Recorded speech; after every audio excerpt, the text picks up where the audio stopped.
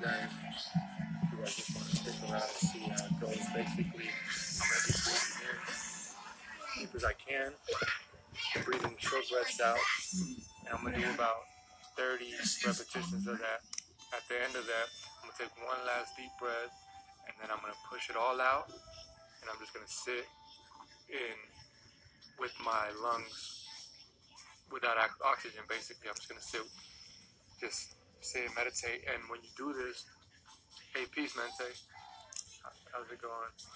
When you do that, you notice that you can hold your breath for a lot longer. So, because you're basically oxygenating your whole body and putting oxygen into your body. So I'm gonna do one round just so you can see how it goes. And I'm lighting this. I mean, besides it's smelling good, but there's mosquitoes around here, so this helps with that too. But it's very taps into another frequency when you light this white sage right here. So I'm just gonna let this keep going right here, and I'm gonna do a round, okay? Just Ooh. Okay. And also, when you breathe in, your stomach's supposed to go out, and when you breathe out, it's supposed to go in. So most of us aren't breathing right. Having So that's another thing, okay? That's right. Push the baby out.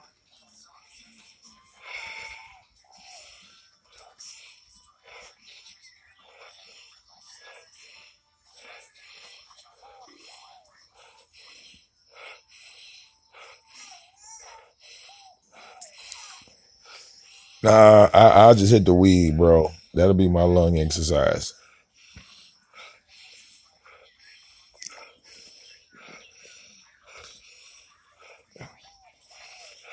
Yeah.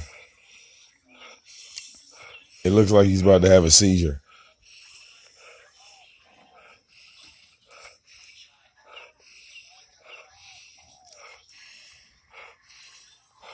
It's the sound he makes while he's getting banged from the back.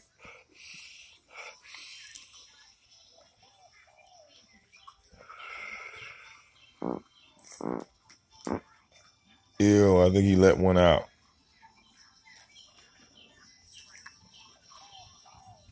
He's farting.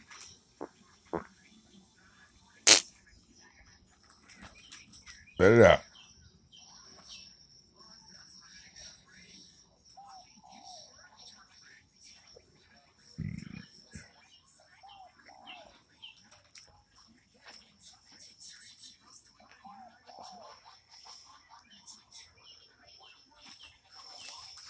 Uh-huh.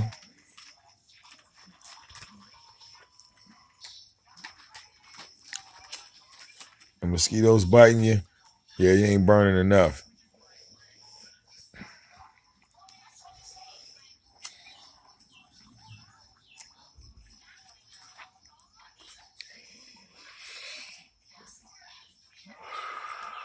Hamna. I'll stick to praying.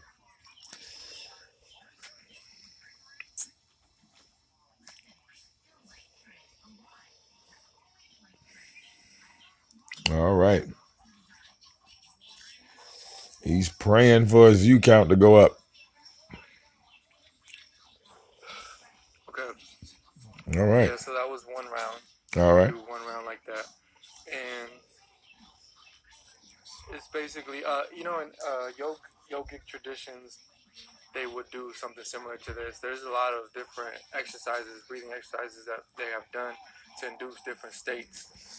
Some people go into transcendental states just by mere breath work. So you can do breath work to induce different states. There's different types of breath work that you could do. You're hyperventilating? Breath work where you basically hold the breath for 8 seconds, let it out for 8, hold it empty for 8, and then breathe in for 8, and then you just cycle that, and then just keep increasing the time that you're holding it and breathing in, and that also helps to really condition your lungs, and so for me, I just feel like it's helped me.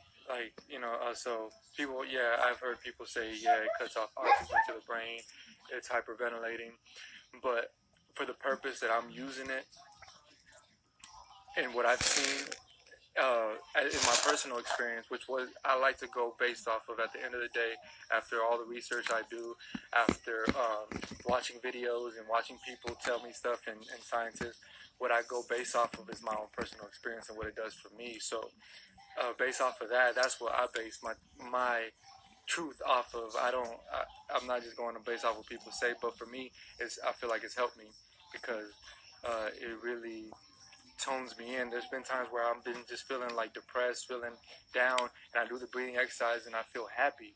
Like it uplifts me. I don't know what the mechanism of that is or how it works, and I don't need to know because I just know through experientially, I know that it's helped me out, you know. So sometimes we got to set all that aside. Sometimes we got to set aside the science that people write because a lot of it is bias or the opinions of people, and try things out for ourselves and see how it works for ourselves, because there's paleo, there's vegan, and they all think that they're right. Everybody thinks they're right, and they all are right. Everybody's right. And the reason I say that because everything serves a purpose, and for some people some things work in a moment, and for other people other things work in a different moment. So I don't look at things like right or wrong necessarily. I think there's truth to everything, you know, and I don't shun out anything, and so everything has a purpose, right? And also wanted to say, one of the things I've noticed is that people don't tap into their intuitive knowledge. See, there's knowledge that you learn from books. There's knowledge that you can study, that you can learn from a video. But there's a different type of knowledge that you have that's intuitive knowledge. This is knowledge that allows you to move in this reality without having to read a book.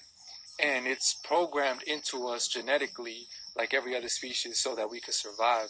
So I tend to do things in that state of intuitive knowledge that I'm trying to tap into. So whenever I'm doing something, I'm coming from that space, or I'm trying to come from that space more so than a space of research, a space of what's been told to me, what I read, what scientists have said, you know, because all of that has the capacity to be skewed. But I know instinct is what keeps the animal and this organism alive. Instinct is what, you know, what has brought us to this point, you know. So instinct is very powerful for me. So when I tap into that instinct, people will be like, oh no, you can't do that because it says I read in a book you have to, like, for instance, the other day I was holding my son and I had him in a position where people were like, oh no, you gotta hold his head, and you know, I understand that. I'm not like, you know, you have to be cautious with a baby, you know, he's fragile more so, you know, and there's certain ways, you know, you want to carry the baby, but I think that we operate from more of a premise of what's been taught rather than instinct, because when I was holding him, like, he was happy, he was fine, there was no struggle, and intuitively I felt like the positioning of his body wasn't harming him. But people will be like, oh no, you got to hold him at this degree and you got to put his arm there, because we're conditioned to go based off of a book or a teaching that somebody gave to us. But nothing in nature, like the gorilla is not like, oh, hold your baby like this because the book said so. Like, the gorilla is going to hold the baby. It's instinct. It's going to tap into that instinct and know what to give it in the moment, and know it's when it's strong enough to do certain things, and know when it should be allowed to do certain other things, you know. So it operates from that premise of instinct. So that's what I try to tap into, you know, as more than the knowledge of a science that science has given us and that has been distorted over time, because we know what to do. We know how to eat. We know how to heal our body. We know what's good for us. We know what we're supposed to be doing. But because we've been programmed with a program that's overriding our instinct, we get confused. Then we think we don't know. We think that we're not sure about what we're supposed to be doing in life. We're not sure what to eat. But when you tap into that instinct that everybody has within them, you know off bat you can go anywhere and do anything and know what you're supposed to do because it's coming from a deeper place. And all knowledge comes from genetics, because genetics is the expression of life. Everything in this realm has genetics. I'm made of genes. These flowers, they're made of genes. This leaves is made out of DNA. There's another plant, DNA. So everything is expressing DNA. Everything comes from genetics. So when you tap into your DNA and know how to operate from that instinctual level, you're going to tap into some other shit. You're going to tap into the original blueprint. You're not going to have to read a book. Yeah. You're not going to have to do a lot of stuff that we think we need to do, because you're going to tap into the source. And that's the Akashic Records. That's the source. That's where everything comes from. So that's what I try to do, because I feel like the books, everything is swayed to somebody's perspective. Everything is has been manipulated in a way where somebody's trying to get you to see their point. And usually it's for profit. Usually it's for their own gain. Because along with the book that they sell you a meal plan. They sell you a product, a supplement, and it's all tied in together and correlated. But there is no supplement to nature. There is no supplement. You can't supplement nature. You can't supplement being in tune with the earth. You can never supplement that. You can't supplement grounding. You got to touch the ground. You can't just add that in. You can't supplement the sun. You could try, but you're always going to be falling short of what nature gave you, because nature is the complete source of everything. The sun is giving you everything that you need on this plane of existence. So, as long as you understand that, then you can understand that there's nothing that man could create or try to philosophize that will be more supreme than the thing that has always existed and that would always exist, and that is the source of all that exists. So tap into that. Tap into nature.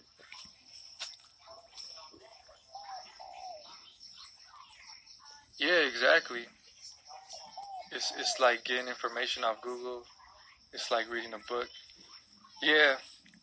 So it's a different world out here nowadays, because everybody thinks they have the truth. Everybody thinks they know the truth, and everybody's selling you a version of what they think is the truth.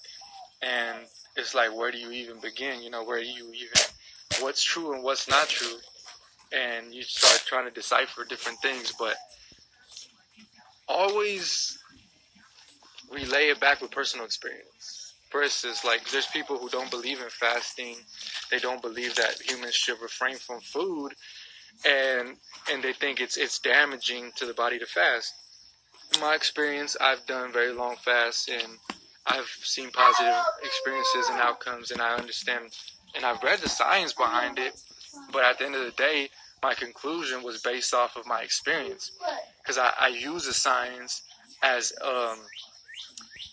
it gives me some background into my experience. But at the end of the day, what I experienced lets me know more than any book and any Google search will ever let me know. So, and a lot of people talk down on things that they're not willing to do themselves, so therefore they shun it.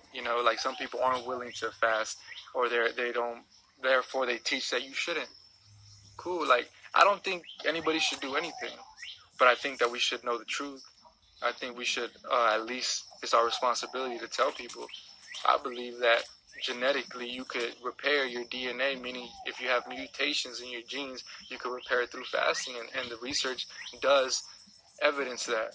I know that your body creates stem cells, and that repairs different organs. I know neurogenesis occurs during fasting, and you could repair things in your body that doctors say you can't repair.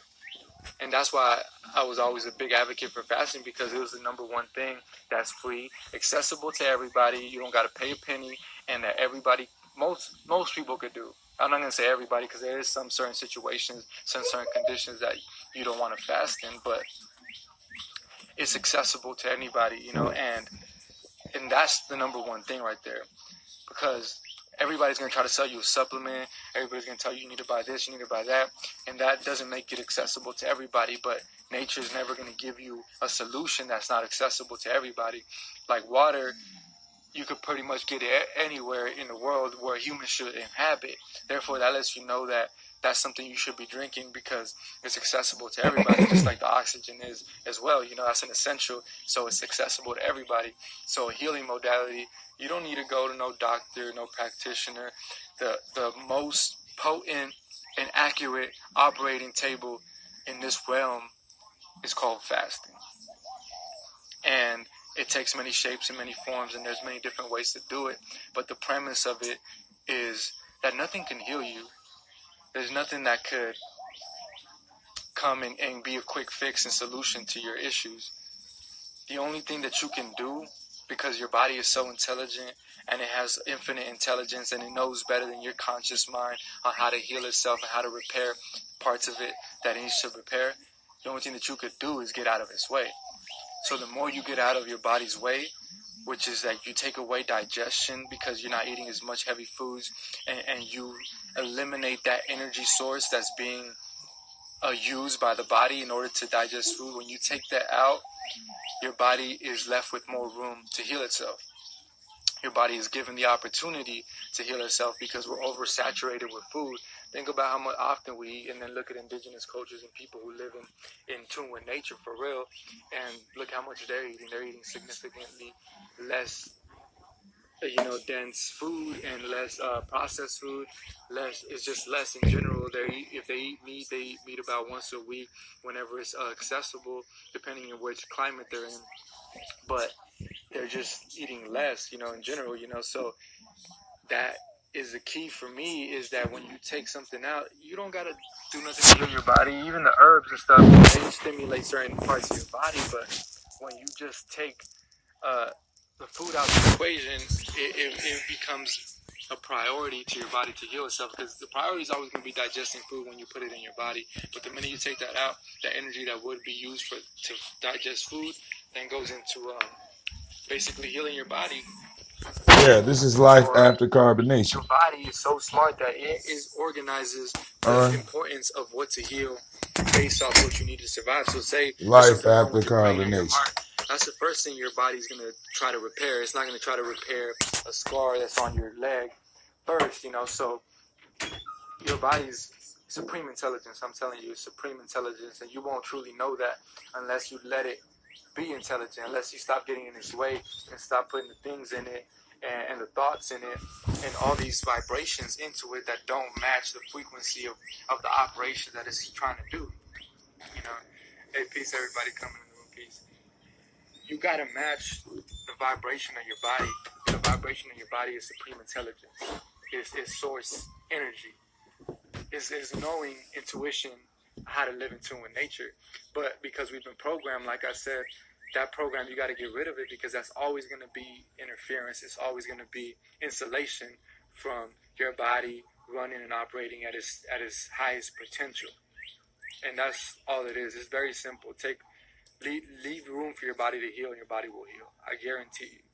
And the more room you leave, the faster it'll happen, and the more in depth it'll go. I was 40 days into a water fast. My second 40-day water fast.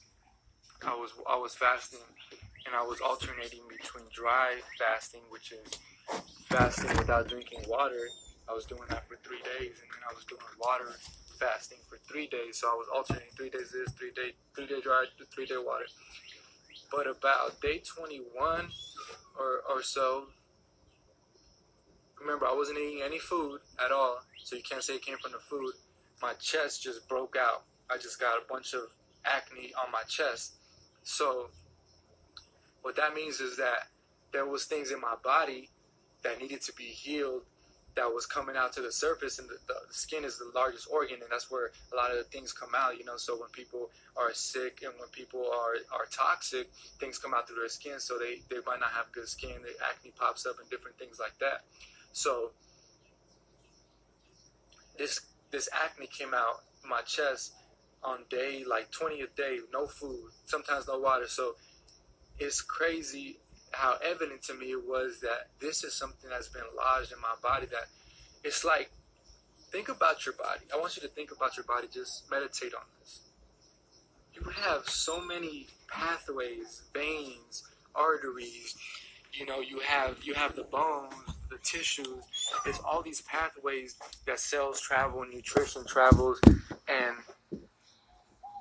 throughout the years we accumulate toxins. We accumulate different things that aren't supposed to be there, that clog up and that interfere with the function of the body.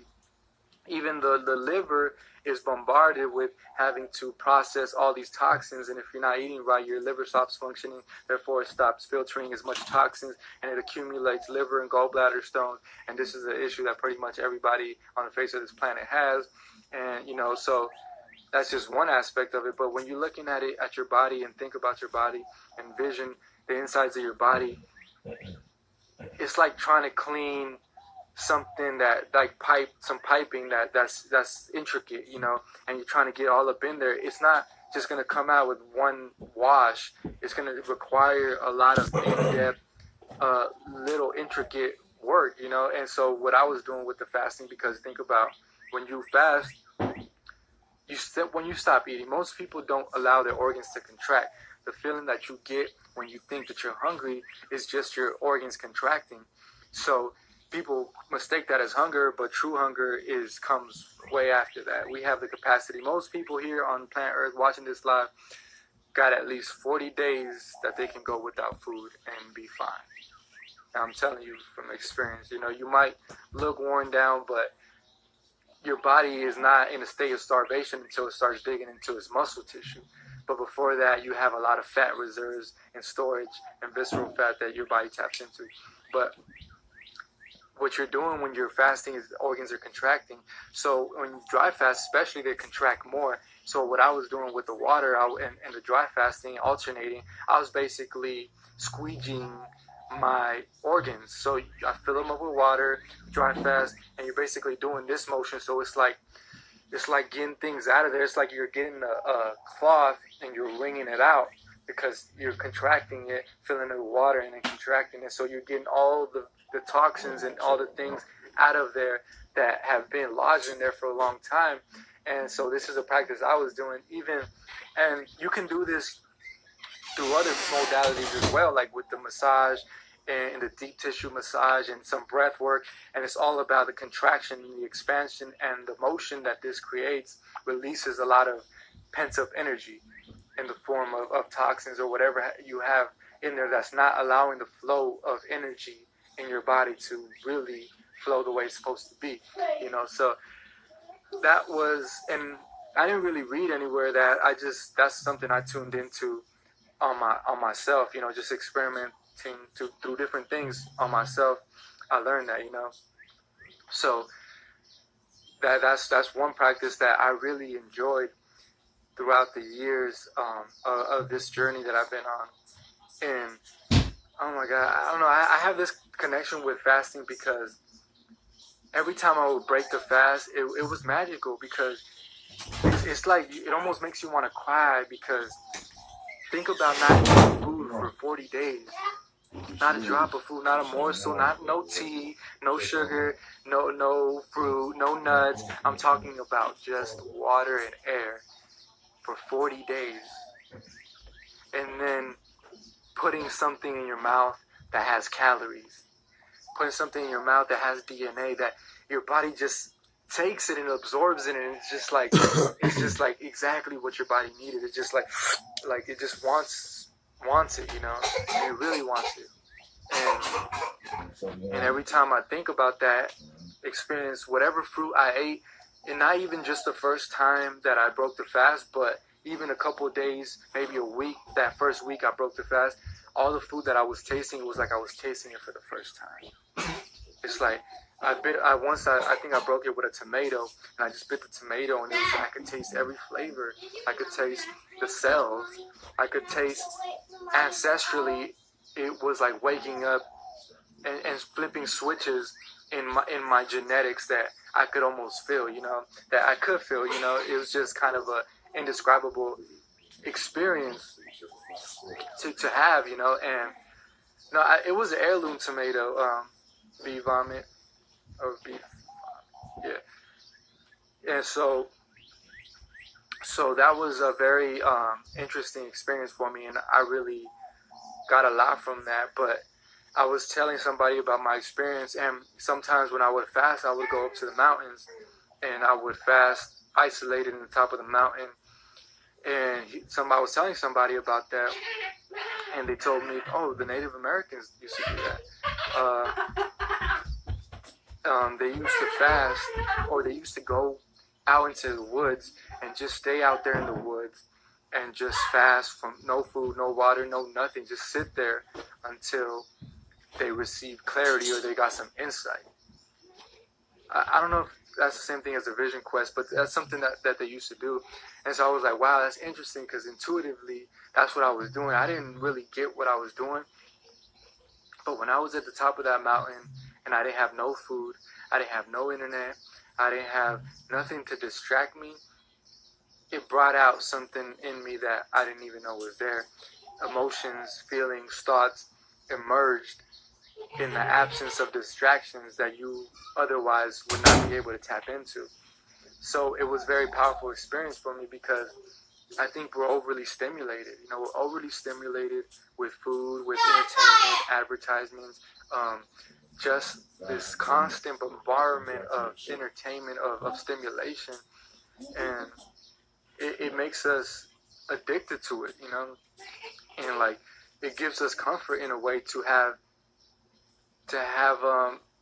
these devices. It gives us comfort to have this entertainment, and it's comforting to us because it feels familiar. But when you take it away, and you can try this for yourself. Try even not eating one day and observe your mind and what it will do, because what it will do, it'll be like. And this when you realize that everything revolves around food in this reality, in this world, you know, that we created. Everything is food centered. You're meeting up with a friend. Oh, let's meet up at a restaurant. Let's go get some food. You know, you're at the grocery store. They're giving out free samples. You know, everything revolves around food. And I mean, evolutionarily, it makes sense. But I'm just saying, when you on this process of fasting, going through this trial. You notice it a lot more. You know, people offering you food, and you're like, "Nah, I'm fasting." They're like, "What? Fasting? Why would you fast?" Like, I'm trying to eat as much as I can.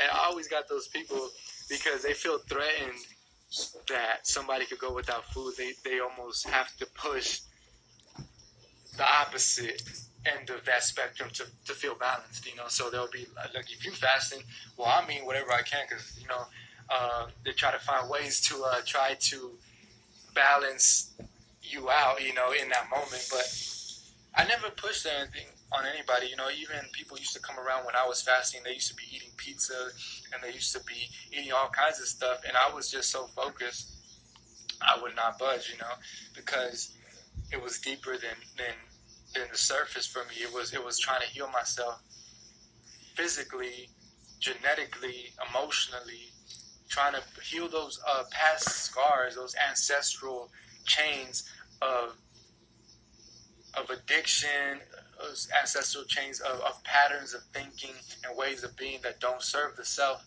trying to heal from that. So you were preparing to be homeless. Nice. He was prepping to be homeless. I ate a lot in my life, and I'll eat a lot more. But right now, I'm focused. I'm focused because my purpose is bigger right now. My purpose right now is something deep, and most people will never. At least with Chief, you had a tent, nigga. Discipline. It takes too much effort, and it takes a lot of commitment to want to do exactly what it is that I was doing in that moment. So I understand. I get it. It's not for everybody. Not everybody is seeking to really go that in depth on healing themselves. So, and there's different ways to tap into that healing aspect as well. And you know, I look at things very simple. Things are simple, but we overcomplicate it. And just because it's simple doesn't mean it's going to be easy. So it could be simple and challenging, you know. So that's a space that I like to tap into, you know. And I would do that about once a year, and I do recommend once a year just taking the time out because, man, like we don't realize how overly saturated we are with food and entertainment and social media, and just go sit in nature and don't do nothing, man. I'm telling you, you don't have to do anything. People think you gotta buy supplements and go crazy and do all this stuff. Nah. The Native Americans, when somebody was sick, they used to bury, say a child was sick, they would bury that child in the ground, in the dirt, and they would just give him water until he got better. See, it's so simple, right? And we overcomplicated things. We have these hospitals and stuff, but they didn't know the science of what they were doing back then. And we understand the science now. Yeah, they were grounding the person. They were fasting the person. No, they don't get no crazy checks. They too crazy to go fill out for it. Isolating that person so that it has room to heal. They have room to heal.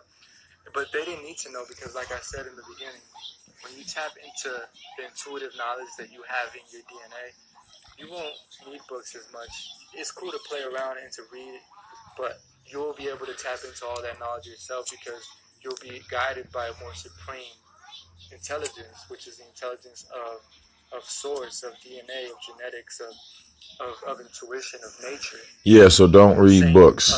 Wow. Force that everything else is abiding by in nature. You know, it's the plants, the trees, the flowers, the animals, the insects. It's all intuitive and it's all built in. You don't have to give a tree a manual on how to produce fruit because it already knows. It's intuitive, you know. So that's the message I wanted to share with you guys today. And I just came out here to do some breathing exercises and get some clarity on my mind because nature is essential, and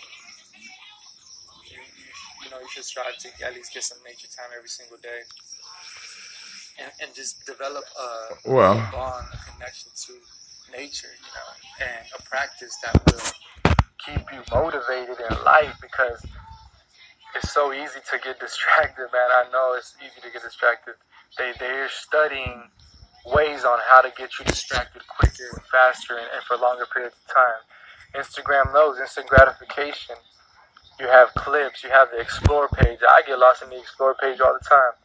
Before I know I tapped into a frequency for like 10 minutes and I come back to my homepage and I'm like, oh shit, where did I just go? Just tapped into a whole different frequency. And it's that easy, you know, to get lost in that reality, but nature will ground you, you know, just come out, just put the phone down for a minute, just have that alone time with nature because it's essential, man. I'm telling you, it's essential. Tap into that intuitive knowledge. What do I do if I get very weak on a fast? I did get very weak on a fast. I got people were scared for me, but it was, like I said, it was deeper than the physical for me, so I wouldn't expect people to understand and try to understand, especially people coming from an outside perspective that are eating the standard American diet that aren't tapped into trying to better themselves. I would never expect them to understand, you know. But I did get really, really thin. Nah, it's white sage, dank fire. That's funny, your name. So I lost a lot of weight and I did get thin and I got very weak, but you know, it is what it is. I went through that experience and, you know, and they won't understand, you know, people won't understand, but you get weak. Oh, this is what I want to say about that. If you get weak, go out into nature, go by a river, go by a water source and use the elements, get fed by the elements, breathe in the clean oxygen and try to go in a water source. It'll make you feel 10 times better, I guarantee you, because I know on days where I was not feeling that well, I would go to a waterfall, go to a river, and I would go to the mountains and breathe in that oxygen, and it would make me feel better instantly. So, because you got to think about it, at that point, if you're water fasting, with two things that you're intaking are oxygen and water. So if you're not getting those two things or the best of those two things, it's going to affect your state at that point. So absolutely you want to get some fresh oxygen, do some breathing exercises. And it's getting dark. So that's what I had to say about that. Yeah, I like YouTube too. I want to get back on my YouTube. I'm gonna start posting now that I got the laptop. So I want to start posting. I want to start posting more of these videos. Yeah, but just take it slow, man. Do your research, and if you're gonna fast and you want to stay motivated, study why you should fast and go deep into it and look into the science behind fasting, how it's gonna heal you, and what it's gonna do for you, because that's gonna keep you focused. As long as you focus on the benefits of it, then you'll be straight. Because you'll know at the end of the day you'll come out a healthier person. You'll come out a healed person. Maybe not completely healed, because it's a long process to redo all these decades of eating wrong, thinking wrong, living wrong, and that's what people need to understand. You're not gonna heal in a day, which took a lifetime to develop. You're not gonna do that, and even ancestrally and genetically, there's a lot to be healed. But I feel like coming into consciousness and awareness in this stage that humanity's going through, that's what we got to tap into now. Now we got to heal ourselves. We did everything we could to destroy our bodies and to destroy nature and to do things backwards. But now we got to heal ourselves. Now it's a new generation of people who have to undo all of that. Because remember, everybody that's here on Earth is a descendant of somebody who was probably living wrong, most likely. And we're all descendants of people who came before us that obviously didn't leave this world that we live in the best state, and didn't do the best for their body, because they're probably just living off the programming that they got, But it is our responsibility, our duty to become the best version of ourselves and become better within ourselves, so that we can improve the world through that domino effect, So, just keep working on yourself. Like I said, every day, study your chart, know your weaknesses astrologically, look into your family, look at your family, know your weaknesses genetically. And, and it goes deep like that. If I was reading, somebody made a post, they were talking about that they had a condition, a genetic condition that was passed down that made them have tremors and shake, but they said that they didn't want to get rid of it. And it made me think, maybe they didn't think that they could. Maybe they didn't think that they could heal their body. So they were just merely settling for having to have that for the rest of their life. But the way I look at it, if there's anything wrong with me, I want to heal my body from that, so that when I pass my genes down, the next generation won't have those mutations. They won't have those effects, those expression of genes that isn't going to be in their best interest, So I would do everything I can. That's, even before having Zen, like, that's how I was thinking. I'm going to heal my body completely. That way, when I reproduce, it's going to be a better form of me that's going to come into this reality, into this realm. And he'll have a better chance, better opportunities genetically, just based off genetics, to be able to, prosper. Not even including the fact of the knowledge that I'm going to teach him, and how I'm going to keep him in tune with nature, So, that's how I think. How's that? No, I didn't make this. I bought this at the store. It came in the big pack. It was like white sand. Already pulled off. I ain't fit the car. Yeah, I'm about to in a second. That cannabis can heal the body. Well, I believe it has benefits. I definitely do. But like I said earlier in my live, I believe that your body heals itself. I don't believe things heal you. I think when you get out of the way of your body, it heals itself. And the herbs, what they do is they stimulate certain organs, so they could be a benefit. Definitely, they could be a benefit because they stimulate organs in different parts of your body. But at the end of the day, what does the true healing is your own body itself and its own intelligence. Once you get out of its way, it'll heal itself. It'll repair itself. It'll use stem cells. It'll replace old cells. It'll go into neurogenesis, create new neurons, new brain connections. It'll do all of that. You just got to get out of the way. You don't got to tell your heart to beat. You don't got to tell your synapses to go off. You just got to give it the best environment, give it the best food, give it the best frequency for it to operate at its highest potential. And with that being said, I'm now logging off because I'm about to put this out. I burned like nearly half of this, but I'm going to keep stay out here and do some more breathing exercises. If you have any questions, if you want to hit me up or any graphics that you need, like I said, I already put this out there. I'm still doing the graphic design, the logos, and posters, banners, flyers, anything that has to do with graphics. And I'm your guy.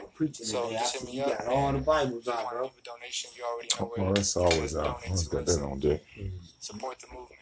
All right. Support the movement. Take care of yourself and keep going. All right. Peace.